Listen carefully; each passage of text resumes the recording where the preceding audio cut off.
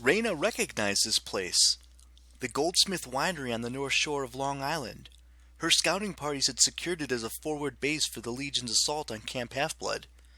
She had ordered the bulk of the Legion to remain in Manhattan until she told them otherwise, but obviously Octavian had disobeyed her.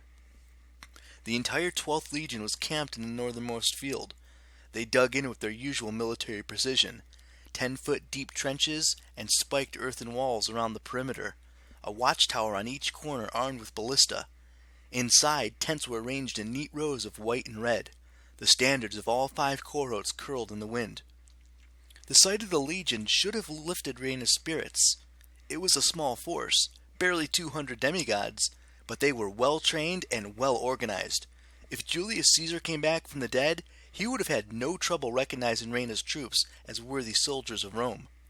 But they had no business being so close to Camp Half-Blood. Octavian's insubordination made Reyna clench her fists.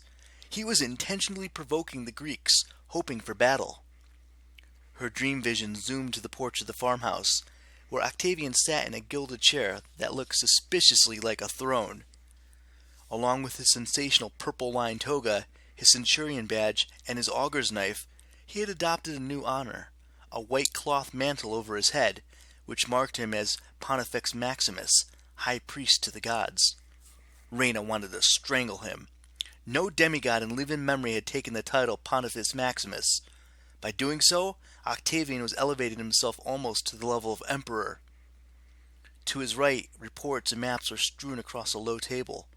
To his left, a marble altar was heaped with fruit and gold offerings, no doubt for the gods. But to Reyna, it looked like an altar to Octavian himself. At his side, the Legion's eagle-bearer Jacob sat at attention, waiting in his lion-skin cloak as he held the staff with the golden eagle standard of the 12th. Octavian was in the midst of an audience. At the base of the stairs knelt a boy in jeans and a rumpled hoodie.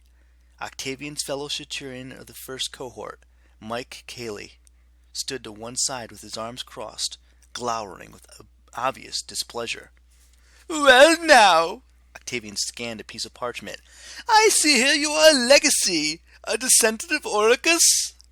The boy in the hoodie looked up, and Reyna caught her breath. Bryce Lawrence. She recognized his mop of brown hair, his broken nose, his cruel green eyes, and smug, twisted smile. "Yes, my lord," Bryce said. "Oh, I'm not a lord," Octavian's eyes crinkled.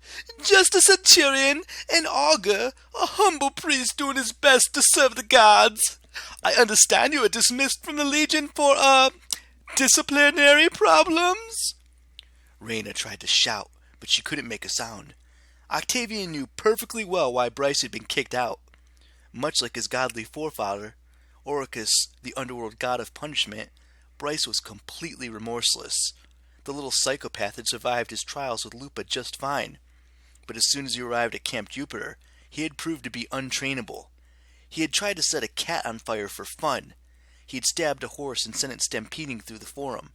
He was even suspected of sabotaging a siege engine and getting his own centurion killed during the war games. If Reyna had been able to prove it, Bryce's punishment would have been death.